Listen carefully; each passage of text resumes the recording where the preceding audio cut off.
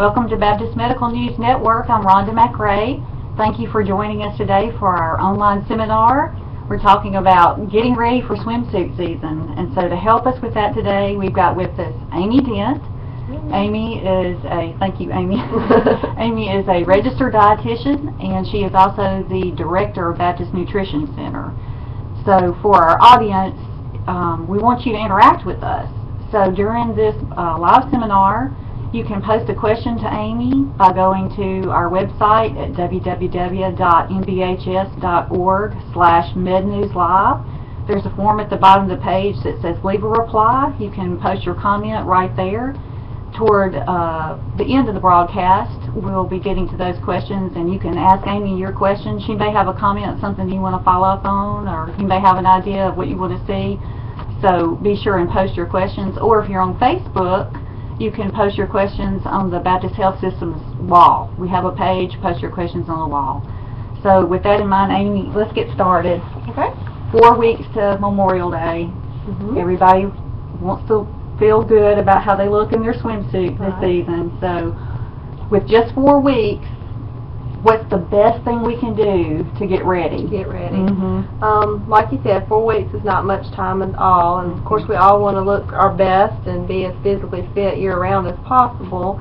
So I think the first thing we need to do is to develop a healthy meal plan and get started on that. And of course we're going to need some exercise, so we'll talk a little bit about that as well. How do you develop a healthy meal plan? Well, you need to take a little time and think about your eating habits. Sit down and maybe write some of the things you currently do, things you think you should change. This doesn't take long, maybe 5 minutes out of the day, but you need to develop a real plan. One of the problems we see quite often with people trying to lose weight or get in shape is they don't have a plan, and when you don't have a plan, you tend to overeat, grab high-fat foods, and empty calories, and that's not what you're wanting to do. Also, quite often we see people skipping breakfast, skipping lunches, working through lunch, just not really paying a lot of attention to their nutrition. So start by not skipping breakfast, for instance. Okay, so the first part of a healthy meal plan is don't skip meals? Correct. Okay. When you skip meals, you tend to slow your metabolism down, so you're doing really more harm than good in the end.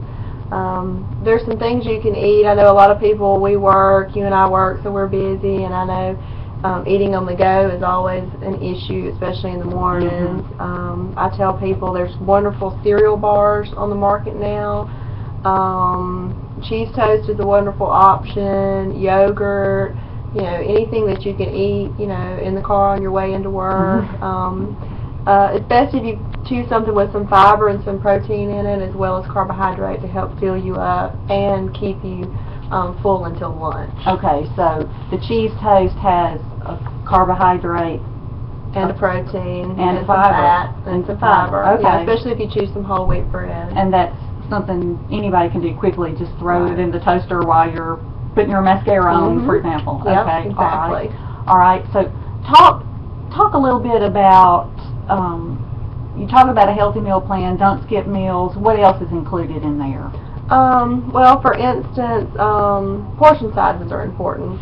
A lot of people they may be eating the right things, but the wrong portion sizes. Okay. So one of the things you can do is go to the mypyramid.gov.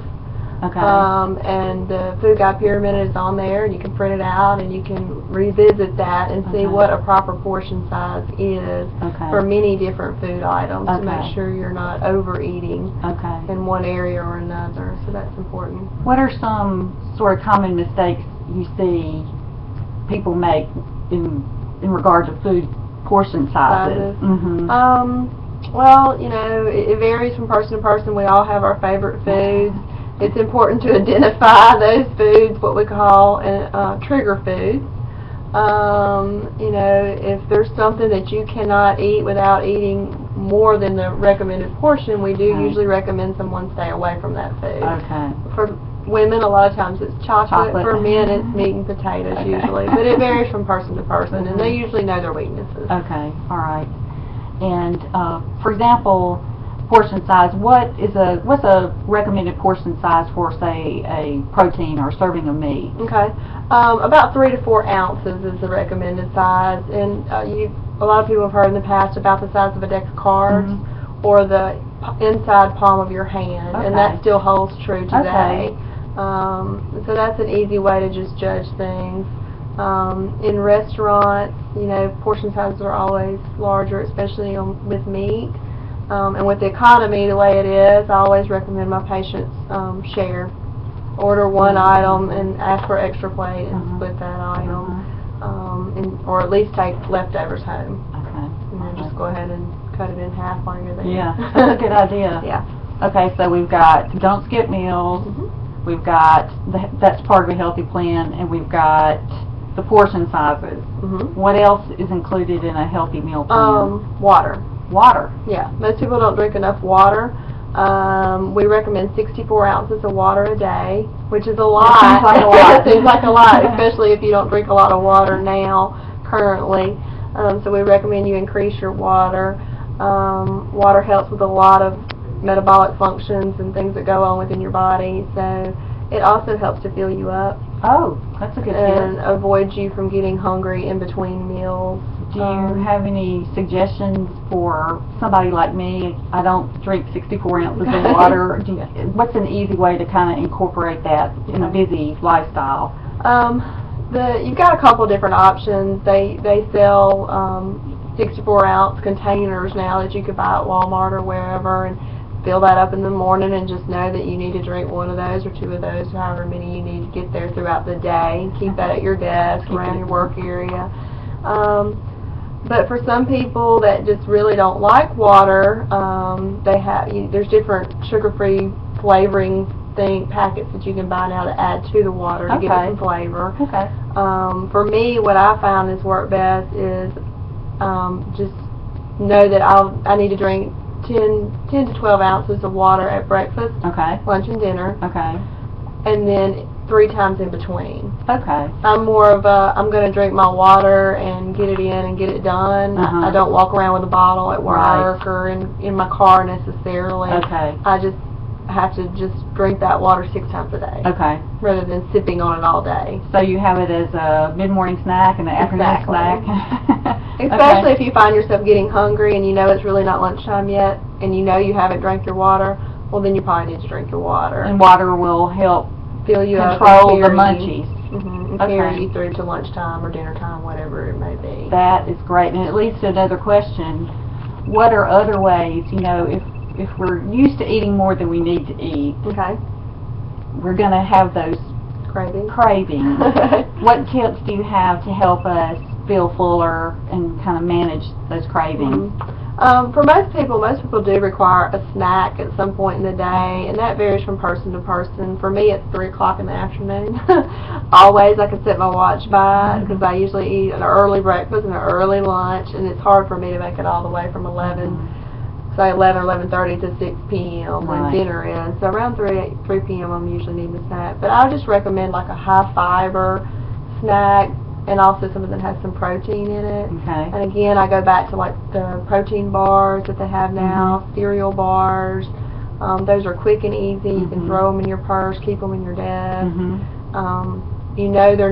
Pick out ones that are good for you in nutrition, so you don't have to think about it when the time comes that you're really hungry. And that's why we talk a lot about planning. If you've got things there to choose from, you're not going to go to a vending machine and get a Snicker bar or whatever it may be. So a protein bar, not the vending machine snack, when the munchies attack at 3 o'clock in the afternoon. I'll keep some yogurt if you've got access to a refrigerator at work or something like that. You can keep some healthy things in there.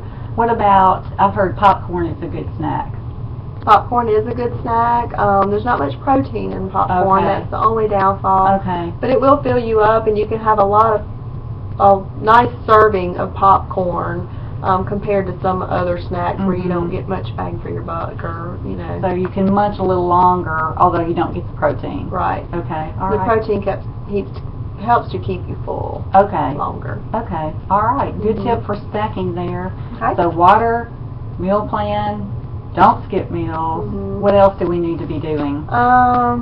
Portion size, I forgot portion that. sizes. I would say if you're really trying to get in shape for Memorial Day, for instance, that's what we're focusing on here, we need to stay away from fast food and eating out. I tell people to try to stay away from fast food and limit eating out to 2 times a week. And of course you want to try to make heart-healthy choices when you go into these facilities. And just about all the facilities now, you can read, you know, how many grams of fat or how many calories different sandwiches are or whatever, and you can make an educated decision when you get there. So just because you're eating out, don't take that as the opportunity to go wild. Eat whatever you want. Still look for the healthy thing. Okay. Whatever it may be. So that's important. Those are kind of the big key things. Okay. You know. And again, if we're wanting to look good on the beach, and that we've got about 4 weeks, I believe it is, we're going to have to get busy. You can't do it with diet alone. Okay. We need to exercise too. Okay. So we need to talk about that a little bit, I guess. What's your recommendation there then for what's a balanced exercise plan to go with the healthy eating plan? What's your recommendation? Okay. Aerobic exercise is necessary to burn fat. Okay. So, you know, they recommend 30 to 45 minutes of cardiac exercise 3 to 5 times a week. Okay. And it just depends on your dedication to this Memorial Day goal, how much you're willing to do, but the more the better in that area. We need some strength training. Muscle burns fat, so muscle is our friend. If you do some strength training and build some muscle, then the muscle's going to help burn fat even when you're not working out. And we like that. We do like that. That's easy for us. Also, if you lose weight and we're not working out, we're not building muscle, we have skin. And so we don't want that. We want to be firm in our bathing suit too. Thin and firm. So we want to go for both. Let's see. Finding a buddy is very helpful for sticking with your exercise plan. Good. If you have somebody who has the same goal in mind as you do, that's an excellent idea. And just being consistent with it is important. Well, let me ask you this question. Suppose we start today, Thursday, April 23rd, and we come up with a meal plan, we're sticking to it, we're dedicated, we're doing our aerobic exercise, we are strength training. In 4 weeks, doing the things that we should be doing, what is a reasonable amount of weight you should lose in a healthy way between now and Memorial Day? I would say somewhere between 8 to 10 pounds you could probably lose. You'll lose about 1.5 pounds to 2 pounds a week, depending on, you know, how dedicated you are to this goal.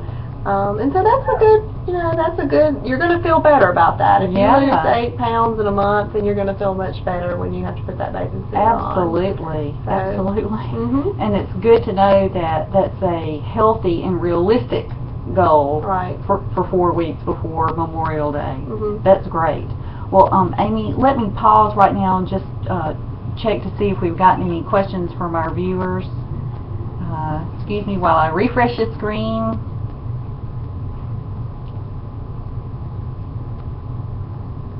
We do have some questions, so let's respond to these right away. Our first question is about metabolism boosters. You see it there, green tea. Okay, is that okay to add to your meal plan? And are they really helpful in boosting metabolism, or do they cause more harm than good? What can you tell us about those green tea metabolism boosters? I don't think that green tea is going to cause you any harm. It's certainly not going to cause you any harm. I don't feel like it's going to boost your metabolism to the extent that you think it will.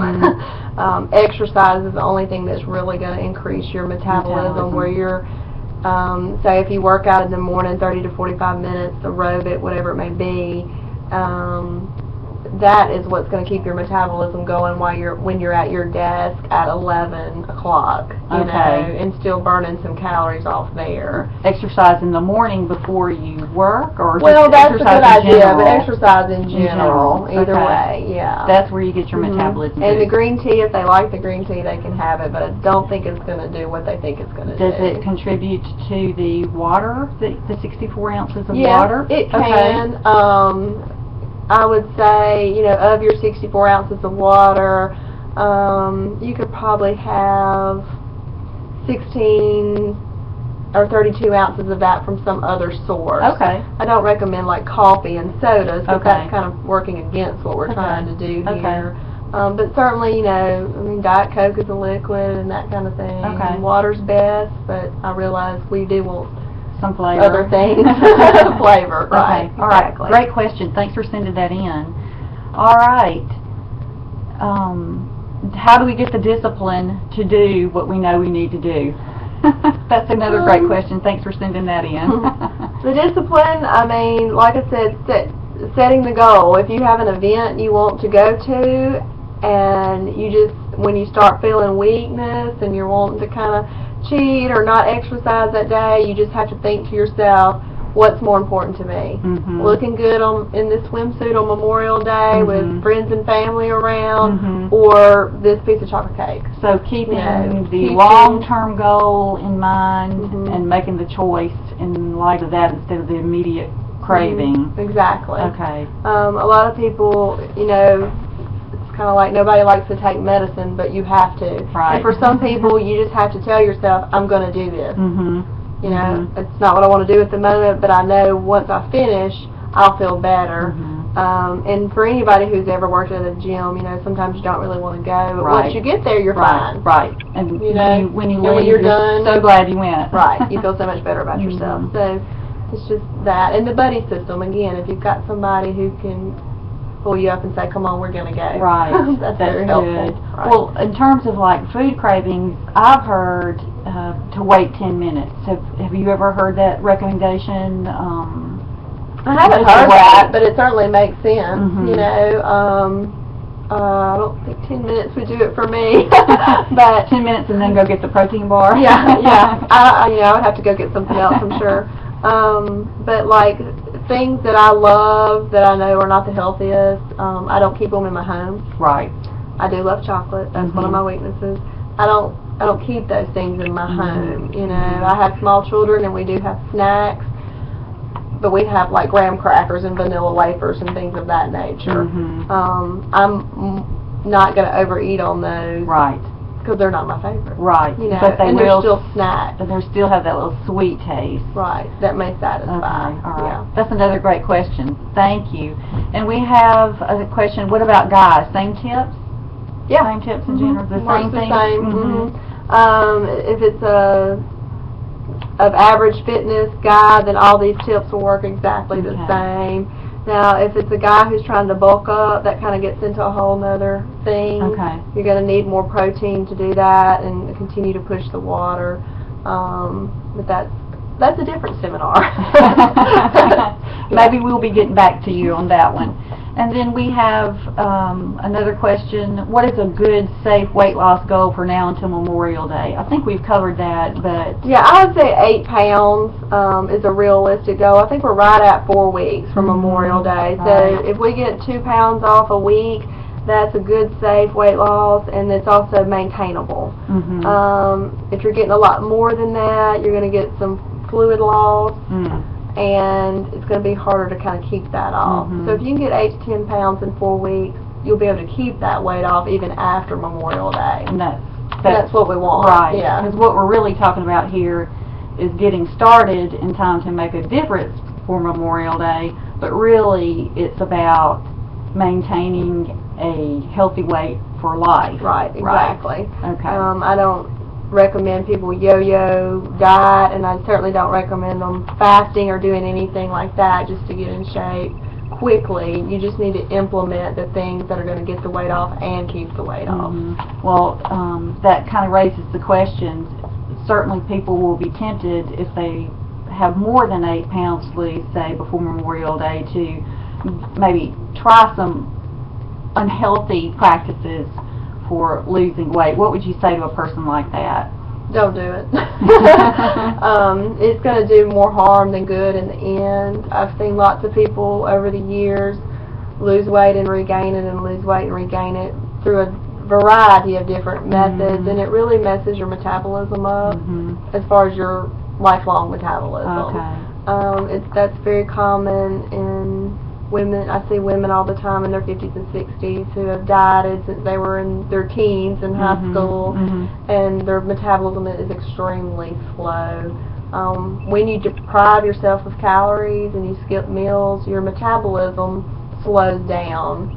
It thinks you're in starvation and you're not going to feed it for 10 hours or 8 hours, and it actually slows down and preserves the calories and the fat that you have stored, which makes it more difficult to burn those calories and get that fat off later. Did I understand you to say that the yo-yo dieting can kind of permanently or long-term mess up your metabolism? Okay, so we definitely don't want to do that.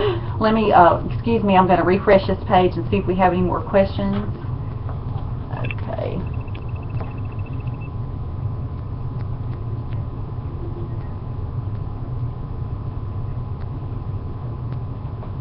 Okay, and we do. Let me get to some more of these questions. Excuse me, let me scroll down here. Okay, good question. What is your best tip for increasing energy? Interesting. It kind of depends on the person. Okay. Not knowing much about the person who's sending the question in, I would have to sit down and talk to them to see what they're doing currently. Okay. I don't know if I can answer that one just right off. I mean, if it was somebody who was skipping breakfast, then I would tell them they need to start incorporating a healthy breakfast, and I would give them a plan to kind of go by. Okay. You know, there's a lot of reasons people are tired. You know, exercise actually increases your energy level, and you're able to do more. But like I said, it's a very person-specific question. Okay. So, is energy related to metabolism at all? yes. So that's the reason the exercise helps with that. Okay. How many calories you're eating in a day, and what type of calories. There's just a lot of factors. Menopause and all kinds of things can relate to that. Okay. So, all right. Yeah. All right. Specific one. Well, let's have another question here. I'm 40. My only form of exercise is walking. How do I start strength training without having to go to a gym? Any suggestions there? You can do this in your home. I don't know what your fitness level is, but I would say go to Walmart and buy they're called Dynabands, or these stretchy rubber band things. You can use those while sitting in a chair in your home. When you purchase those, and I mean they're like $6 for 2, I think. It gives you different techniques you can do. You can do arm curls, you can do calf raises, you can do a lot of different things with that band. And then certainly you can start that, and then if you want to purchase some inexpensive free weights, you could use those at home and do a variety of different things. And usually when you purchase those things, they've got samples within there.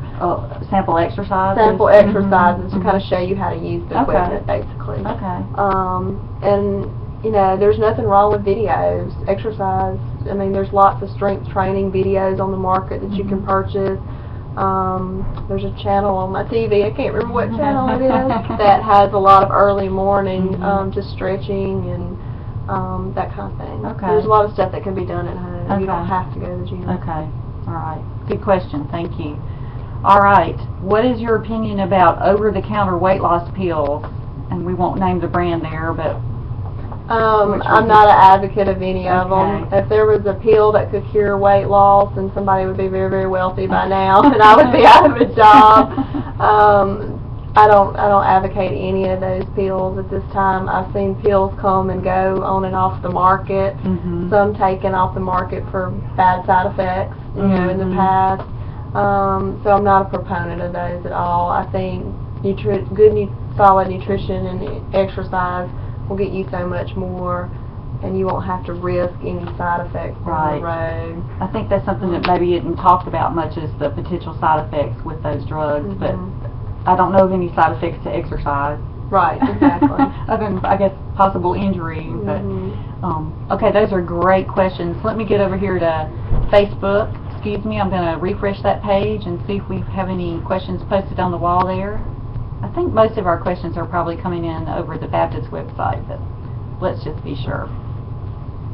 Yeah, most of our questions are coming in over our Baptist webpage, and we appreciate your questions. I'll refresh that again in case somebody has had a follow-up question here. Excuse the delay. We want to be sure we get to all your questions. Okay, so we're caught up. So let's recap, Amy. You've got to have a healthy meal plan. It's got to include not skipping meals. It's got to include proper portion. It's got to include plenty of water. Correct. And fill up on fibers. Did I hear that? Okay. Is that kind of the basics there? That's it, and the exercise. Okay. All right. That's a good program. Well, Amy, we may get some more questions, and we'll come back to that if we do. But in the meantime, let our viewers know what's going on at the Nutrition Center here at Baptist in case there's anything that we can do that might help anybody that's got a swimsuit need in 4 weeks. All right. At the Baptist Nutrition Center, we serve a variety of population, and we have several different programs, anywhere from individual nutrition counseling, which is one-on-one, where I would just sit down and talk with you about what you're currently doing and what your goals are. And from there, I can help you develop the meal plan, take some of that work off you, or if that part of getting started is stressful and you just need somebody to get you going, then that's what we're there for. We also have structured weight management programs. We have one called Outlook, one called New Directions, where you would come in weekly and weigh in, and we help keep you accountable, and you've got some support there. We've got licensed behavioral counselors on staff to help keep you accountable, keep you motivated, and keep you going. So we have all the right motivation question. we have all the right professionals in place. I mean, that's what we're there for. We all love what we do. I would say every single person over there is passionate about their job. We love to see people succeed. It's very exciting for us. The cost in May, we're having a 50% off our Outlook joining fee. Great. So you right can on save time. right on time. That's a $100 savings. So you could join our Outlook program, and with that you get free membership to the Baptist Healthplex. Okay. For up to 6 months, as long as you're active and doing our program. Then they're going to work with you there. They've got exercise people on staff to show you how to use the equipment, put you on a plan, get you started. So for a lot of people, it's just a matter of making that phone call and getting started. You know. That seems like such a bonus that when you join the Outlook program, you get 6 months at the Healthplex too, because that's really hitting both of the things that we've been talking about. Right. Okay. All right. That's great. And it's a huge cost savings, and I mean everybody likes that these days. So, and you can use the Jackson Healthplex or the Clinton Healthplex. And then the Nutrition Center has an office in Jackson and also one in Madison. So regardless of where you live, we've got something nearby to help with. All right. Well, I'm going to go back and refresh the page and see if we have any more questions, and then I have a question. Excuse us while I refresh this page. And it's loading slowly. Okay, we do have some more questions. Thank you. Here's one more. Give me an example of a typical day with the nutrition choices and exercise types that would start me on a healthier lifestyle. That's a great question. Thank you for sending that in. Well, okay, typical day, I'm assuming this is somebody who's going to get up and eat some breakfast. And what would that be? What would you recommend there? It depends on if they're on the run or not. I would say... Assume they're on the run. Let's assume they're on the run. I would go with some sort of a protein shake or a cereal bar. Maybe some string cheese in the car and some milk, something like that, that you know, that's going to fill me up. For lunch, just a fresh salad. There's a lot of good fruits and vegetables fresh this time of year, so if you could do a salad and some fruit, then that would be a wonderful choice for lunch. About 3 o'clock, I would suggest some sort of yogurt and granola, okay, or a protein bar, or again, you know, some cheese and crackers, something like that. Okay. Incorporating the water throughout the day. Right. And not 20 cheese and crackers. No, no. And then for dinner, I just recommend like a grilled fish or grilled chicken, some steamed vegetables, and some sort of carbohydrate. You know, it could be brown rice, long grain rice, or you know, just whatever your preferences are. But that could be the sit-down meal with your family. Say if you have a family and children that you've got to cook for and all that. You know, you can cook healthy for everybody at that evening meal. We need to do some aerobic exercise in there somewhere. We don't know the age of the person who's asking the question. For me, I have little ones. My children are well, they're 5 and 6 at the moment, so they're very tight together, and I myself have struggled with where do I put exercise with a full-time job and 2 small children and getting to the daycare. I get up at 5:15 and I exercise from 5:30 to 6, and that's when I do my cardiac, my aerobic, and then the strength training comes in the evenings, or you know, well, it comes in the afternoons, 2 to 3 times a week on my strength training. And then for me, my cardiac is probably 3 to 4 times a week. But I realized I reached an age I can't just go to the gym and be there for an hour and a half. You know, that's not realistic. You have to. For me, I have to break it up and spread it out. So if that's troubling anybody out there, it's okay that you're not single and can go hang out at the gym for a long time anymore. You may just have to change your routine and separate your aerobic exercise from your strength training. Just have a plan and figure it out, kind of like you do for your meals. All right. So what about an evening snack? Can we have an evening snack? Obviously not a gallon of ice cream. No. Cereal is a great snack. There's a lot of fiber-fortified cereals on the market. Cereal and skimmed milk is a wonderful evening snack if you need something there. And if you need help, you know, figuring out how many calories you need a day and you know, a real plan of what do I eat when, then that's when we usually recommend you kind of call the nutrition center, and we'd be glad to sit down and help you with that. I mean, that's part of what we do. Otherwise, you know, just incorporate some of the things we just mentioned, and if you know, if you feel like portion sizes are the problem, then maybe that they just need to cut back on their portion sizes. Maybe not what they're eating, but how much they're eating of it. I've recommended to a lot of people to use a salad plate instead of a dinner plate at home. And of course not to mound it up, but but that's helped a lot of women to get their portion sizes down. Just choosing a smaller plate, that's a great tip. Well, let's go back to that salad you talked about for the lunchtime meal. Is that with grilled chicken? Is it with tuna fish? Yeah, you need some sort of protein. Grilled chicken or tuna fish would be better, but you know, most salad bars are going to have some ham, little pieces of ham, even some egg whites that you can get there. Something that has a little protein, because that will keep you full. Generally, if you eat soup and salad at lunch in a small portion or whatever, you are going to need an afternoon snack. So just know that and don't feel like you're cheating, you know, that you're doing something wrong. You're not. Because you've got to have a little protein in there to carry you. Great. And watch the salad dressing. There's always people who love the dressing more than the salad. So you got to be careful of that. So what's a reasonable amount of salad dressing? Is it a tablespoon? Is it 2 tablespoons? About 2 tablespoons is reasonable.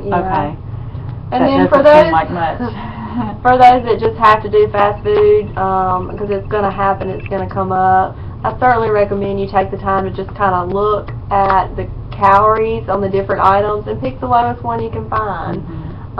We have a Subway here at the hospital, so they have a lot of wonderful choices. You know, one meal should be around 300 calories, 300 or 400 calories a meal.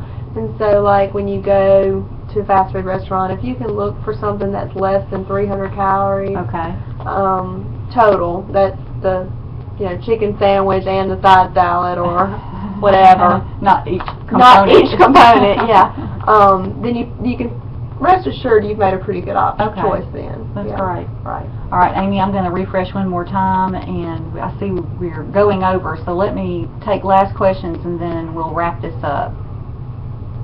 Excuse us while we refresh. Okay, some more good questions here.